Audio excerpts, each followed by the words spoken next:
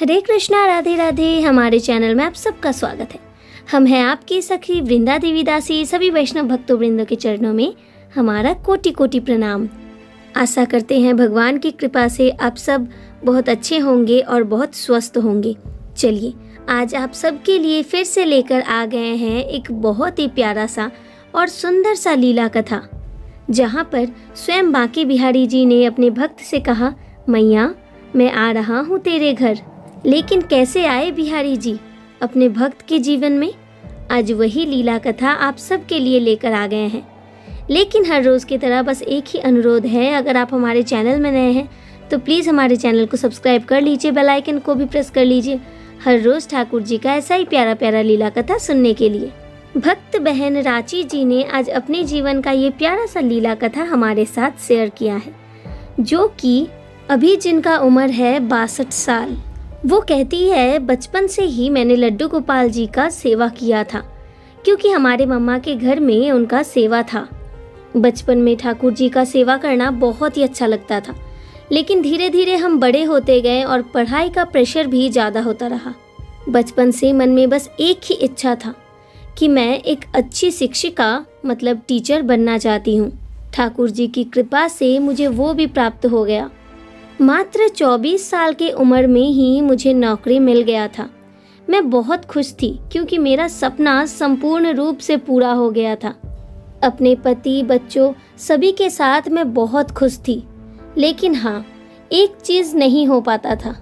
शादी के बाद मुझे कभी भी लड्डू गोपाल जी के सेवा का मौका नहीं मिला, क्योंकि शादी के 1 साल बाद ही मेरा बेटा मेरे जीवन में आ गया था।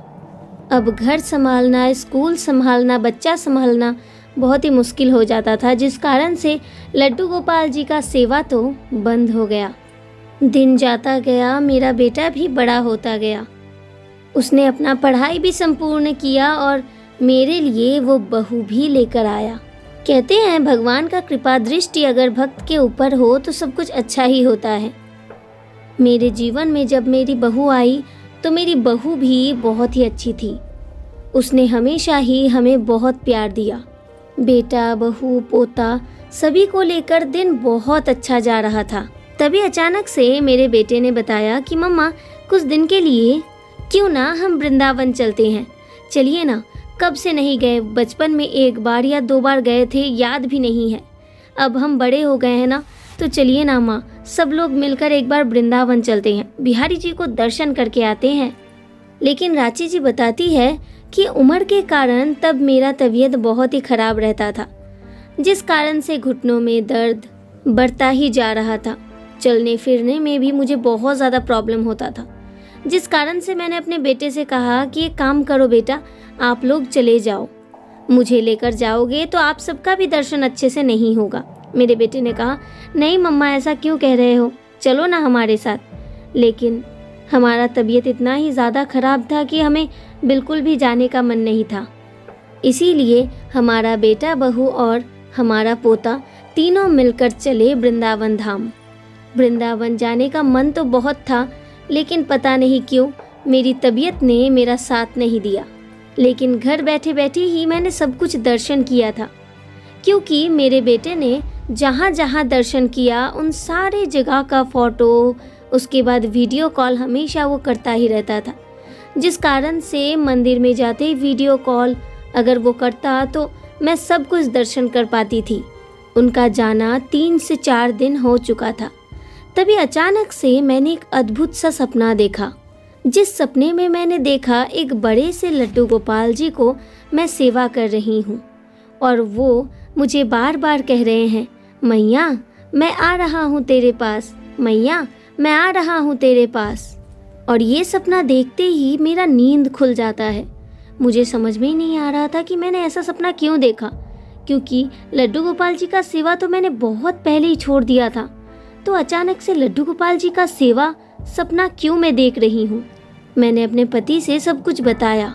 उन्होंने हमसे कहा, क्या पता शायद फिर से ठाकुर जी आपके पास सेवा लेना चाहते हैं, इसीलिए आपको दर्शन दे रहे हैं। मैंने अपने पति से कहा, ना जी ना, इस उम्र में कैसे सेवा करूंगी, घुटनों में इतना दर्द होता है। ठाकुर जी को लाने का मन तो बहुत है, लेकिन फिर भी देखो ना जी, शायद मैं सेवा ना कर पाऊँ।